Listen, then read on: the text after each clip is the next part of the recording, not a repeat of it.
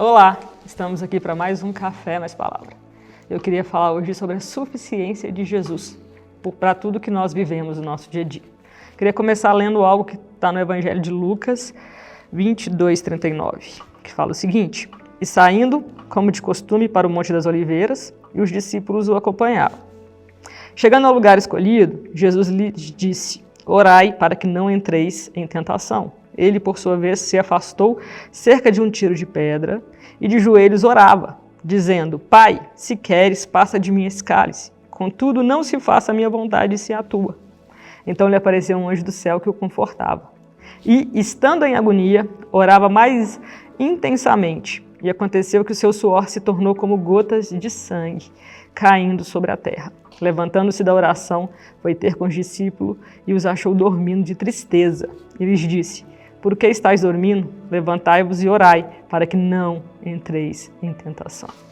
Senhor, essa é a sua palavra, que ela seja viva e eficaz em nome de Jesus. Todos nós pregamos o Evangelho de quando Deus amou o mundo de tal maneira que deu o Filho dele para morrer por nós. E muitas vezes a gente esquece que esse Filho dele se fez homem por nós e conhece todas as nossas dores, as nossas tristezas, as nossas agonias.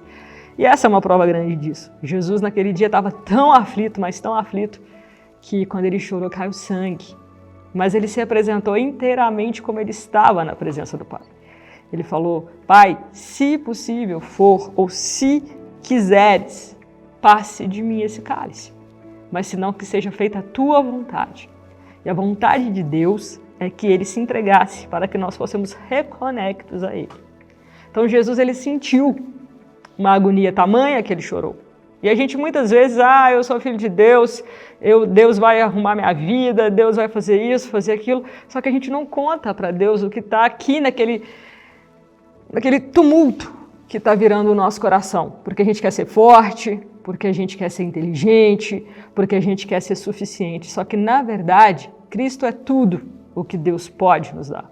Não tem nada fora dele. Ele estabeleceu o que é eterno, o que é para sempre. E muitas vezes Deus permite que nós passemos por agonia, aflições, como o Filho dele. Foi crucificado, sofreu uma dor sem qualquer pecado, foi humilhado sem qualquer razão.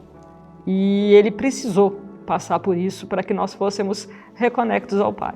Então Jesus por 2 vezes fala aos discípulos: orem para que não caia em tentação.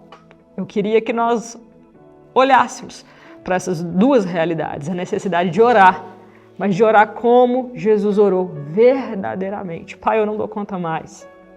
Eu não dou conta mais.